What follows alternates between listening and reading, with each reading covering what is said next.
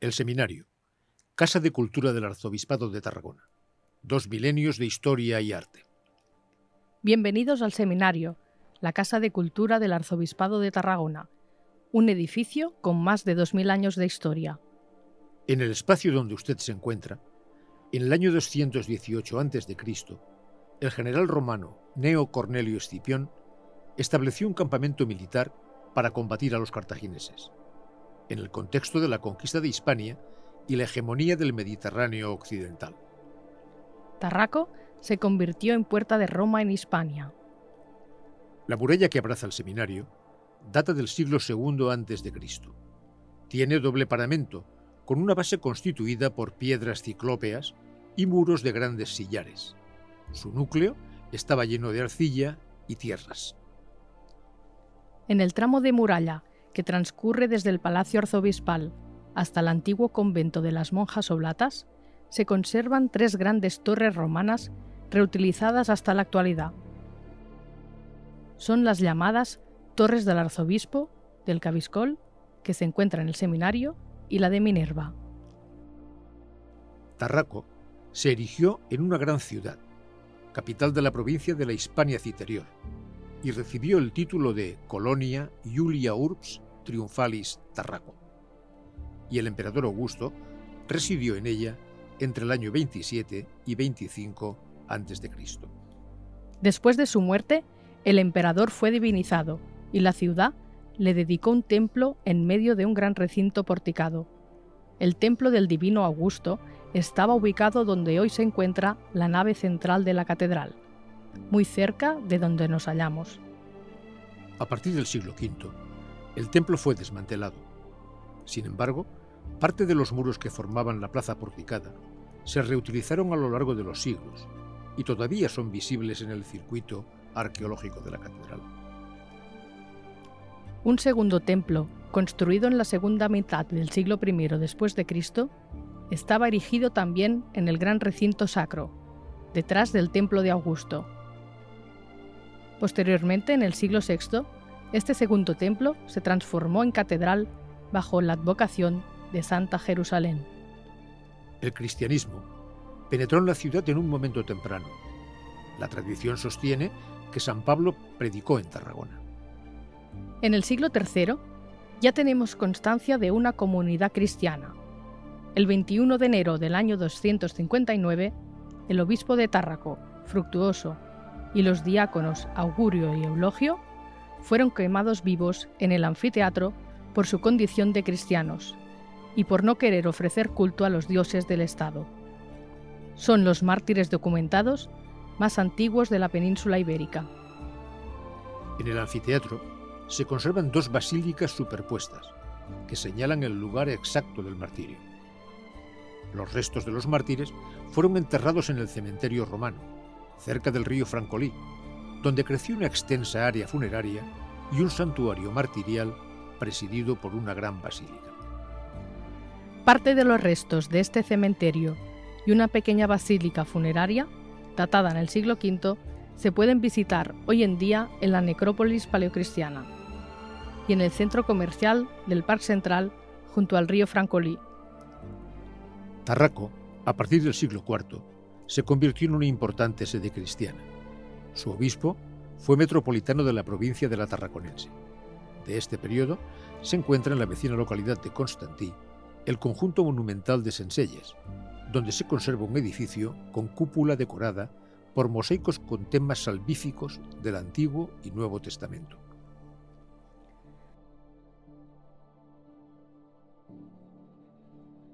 A inicios del siglo VIII, con la invasión islámica, Tarragona pasó a formar parte del Al-Ándalus y entró en una fase de progresivo abandono. Sin embargo, nunca se perdió la memoria de que había sido una ciudad insigne con un gran pasado romano y cristiano. En el siglo XII, los ejércitos cristianos ocuparon la ciudad y ésta se urbanizó. Se repobló el territorio erigiendo villas, castillos, monasterios y parroquias. Tarragona restauró la dignidad metropolitana que su iglesia había tenido en época antigua. La catedral medieval se convirtió en el gran símbolo de esta restauración. Una comunidad de canónigos se encargó de velar por su construcción y por la vida pastoral del templo. Alrededor de la catedral se erigieron algunas capillas como la de Santa Tecla la Vieja, de función funeraria, o la dedicada a San Pablo, que vemos en el claustro del seminario de la primera mitad del siglo XIII. Era la capilla vinculada a la enfermería del Hospital de los Canónigos. Es un bellísimo ejemplo de arquitectura románica de influencia cisterciense y está caracterizada por su belleza y sobriedad. En el interior observamos la simplicidad de sus formas y decoración. En una de las claves de bóveda vemos un ave que pica de una fruta, símbolo del alma que disfruta de la vida eterna. Una imagen del siglo XIII de San Pablo preside la capilla. A partir del siglo XVI, la ciudad experimentó un nuevo progreso con la construcción de nuevas edificaciones y equipamientos como la universidad y el seminario tridentino, que se encontraban en la actual Rambla Bella, impulsadas por el cardenal Gaspar Cervantes de Gaeta. En el vestíbulo del seminario se puede contemplar el frontal renacentista que se ubicaba sobre la puerta principal de esta universidad, que fue construida a partir del año 1572. Se aprecian los escudos del rey Felipe II en el centro y en los lados el de la ciudad y el del cardenal Cervantes. En la parte inferior se encuentra la inscripción fundacional de la universidad, dedicada al apóstol San Pablo. El siglo XIX fue un periodo convulso. Con la invasión napoleónica en 1811, la catedral y su barrio experimentó la furia desmedida del asalto de las tropas del mariscal Suchet. Con la retirada del ejército francés, en 1813 muchos edificios fueron destruidos. El siglo XIX vivió tensiones políticas entre absolutistas y liberales, y entre la Iglesia y el Estado. En esta inscripción del arzobispo Antonio Echanove figura su marcha de exilio durante 10 años y muestra la restauración del seminario tridentino a su regreso, gracias a la reina Isabel II. En 1877 se inició el derribo del edificio universitario de la Rambla Bella. Años después, entre 1882 a 1887, se construyó el nuevo edificio, en el que usted se encuentra, para convertirse en sede del seminario y Universidad Pontificia, entre 1897 y 1933. El edificio, de estilo historicista neogótico, fue erigido por voluntad del arzobisbo Benet Vilamitjana, que se encuentra enterrado a los pies del presbiterio de la capilla mayor del seminario. El edificio fue dotado de todos los equipamientos necesarios para desempeñar sus funciones religiosas y formativas: vestíbulo, iglesia, recepción, cocina, comedores, habitaciones, rectorado, sala de profesores, enfermería, biblioteca, laboratorios de ciencias y sala de actos o aula magna. Con el estallido de la Guerra Civil de 1936 y el inicio de la persecución religiosa, el edificio fue incautado por el gobierno y el aula magna fue sede del Tribunal Popular, donde se sentenció a muerte a San Jaime Hilario, hermano de La Salle, fusilado el 18 de enero de 1937 en el cementerio de la Oliva de Tarragona. Murió diciendo: «Morir por Cristo es vivir, amigos míos». Después de la guerra, el seminario reinició su actividad.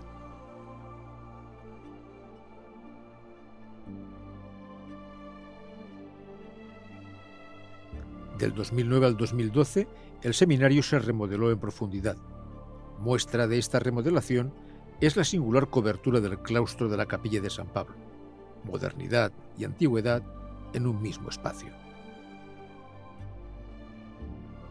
Hasta 1968 fue seminario mayor.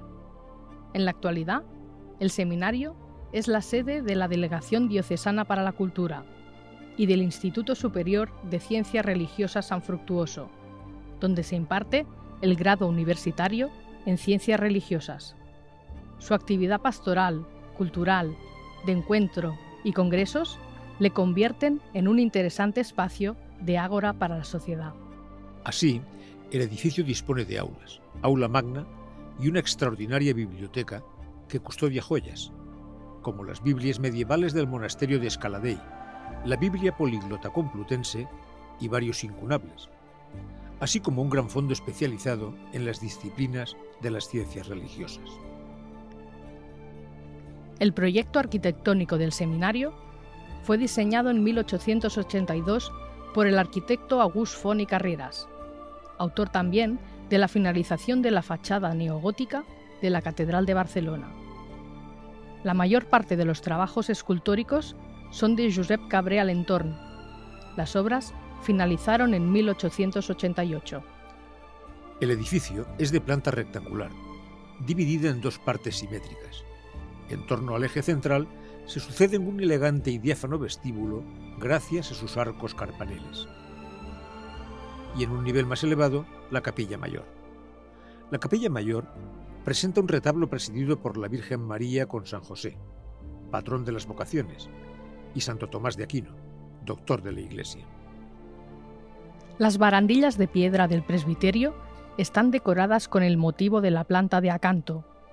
En ellas se imbrican símbolos de Cristo como el pez y el pelícano, que alimenta a sus crías con su sangre, los símbolos eucarísticos de racimos de uva y espigas de trigo. Un pie cuadrangular que soporta la mesa del altar está decorado por el Cordero de Dios, enmarcado por corona y en los ángulos los símbolos de los 4 evangelistas.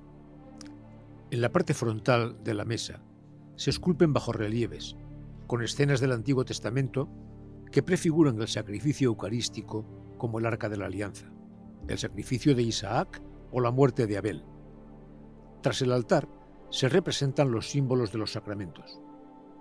En los 9 vitrales superiores se representan a Cristo, los 4 evangelistas, los grandes padres y doctores de la Iglesia, San Jerónimo, San Ambrosio, San Gregorio y San Agustín.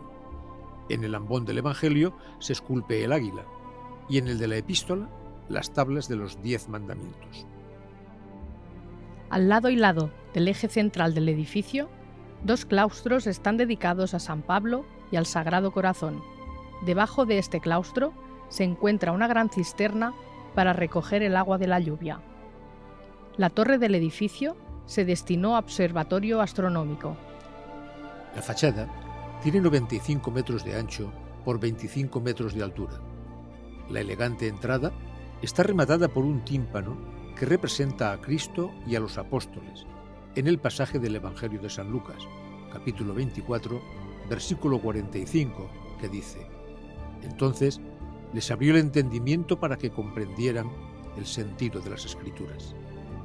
Con este mensaje se pone de relieve la finalidad formativa y evangelizadora del edificio.